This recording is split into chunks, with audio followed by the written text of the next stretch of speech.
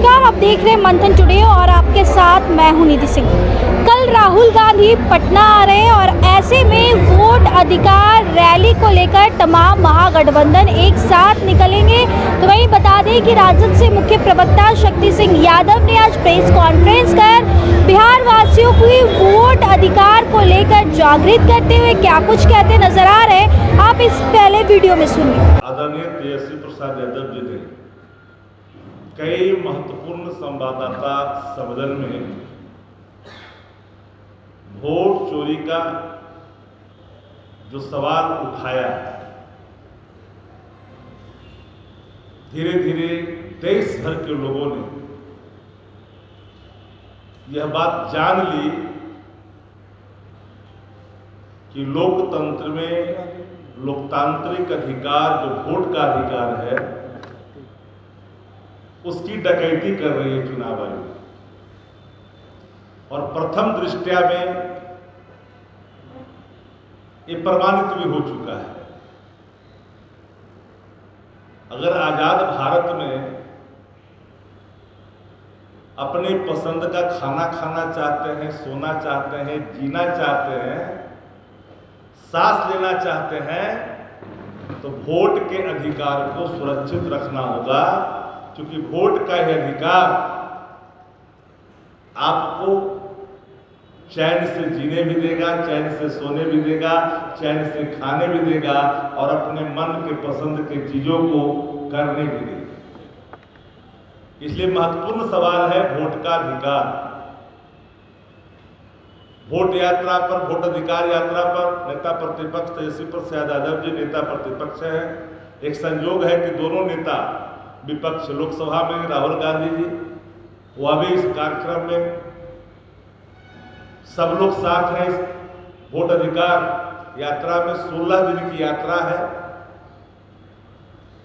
और आम जन को ये बात निश्चित तौर पर प्रयुक्त की जाएगी कि एक एक वोट की रखवाली आपको मुस्तैदी से करनी है, एक एक वोट को बचाए रखना है, क्योंकि भारतीय जनता पार्टी वोट की डकैती करने में माहिर है।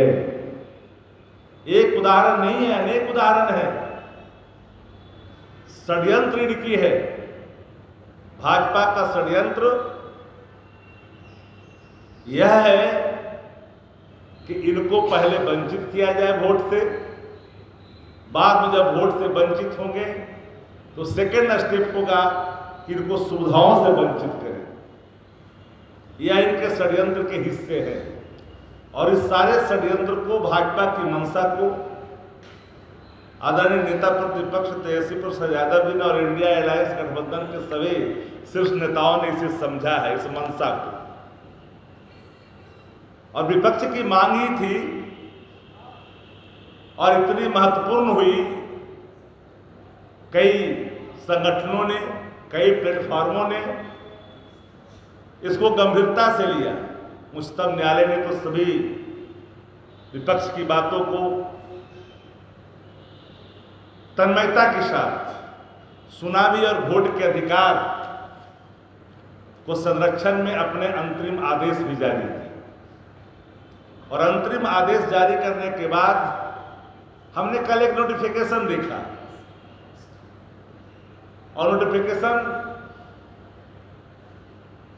वो जो पहचान पत्र है, आधार कार्ड है, उसको लेकर है। शायद आप लोग को मिला है कि नहीं मिला है। आनन फानन में ये 15 अगस्त को ये इसमें आमूलचूल परिवर्तन करने की क्या आवश्यकता है? पहचान पत्र को जो एक्सक्लूड किया गया था चुनाव आयोग के द्वारा, उसे इंक्लूड करने के लिए उच्चतम न्यायालय ने कहा। अब उसमें गोपनीयता का, आधार कार्ड की बात कर रहे हैं। आधार कार्ड में जो पहचान आपकी है, आधार कार्ड, उसमें लिखा है कि आपकी पहचान आपका आधार।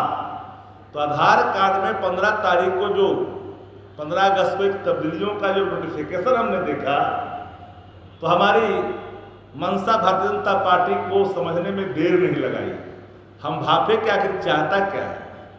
तो आधार कार्ड में जो तब्दीलियां लाई गई है उन तब्दीलियों में स्पष्ट तौर पर ये है, स्पष्टता के साथ है कि अब आपकी गोपनीयता को ध्यान में रखा जाएगा और आपके पिता और माता का नाम उसमें नहीं दर्शाया जाएगा।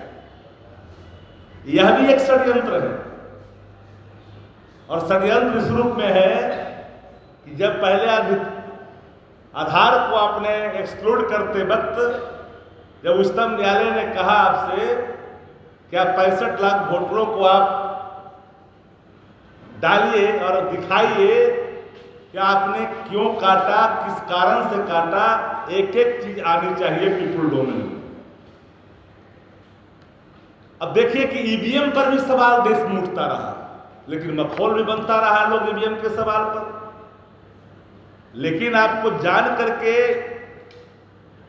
आश्चर्य होगा कि पानीपत का जो बुआना लखी गांव है, वहां के सरपंच मोहित चुनाव लड़े थे और उन्हें हरा दिया गया था मतगणना में, जैसे शक्ति सिंह यादव को 12 वोट से हरा दिया था, उसी तरह से उन्हें हटा दिया गया। हमें भी हराया गया 12 वोट से, न्याय नहीं मिला, क्योंकि वह हराने में भूमिका रही अधिकारियों की। गणना में फेर बदल किया गया, काउंटिंग में, जोड़ने में। तो आपने सुना, वोट अधिकार रैली को लेकर महागठबंधन पूरे एक साथ एकजुट हो चुके हैं। जहां शक्ति सिंह यादव ने आज सत्ता पक्ष को एक बार फिर से सुना दिया है और कहते नजर आए कि इस बार जो है महागठबंधन की सरकार बनना तो निश्चित है। फिलहाल इस खबर में इतना ही। देखने के लिए बहुत बहुत शुक्रिया। हमारे चैनल पर यदि नए हैं तो इसे लाइक, शेयर और सब्सक्राइब जरूर करें। बहुत बहुत शुक्रिया।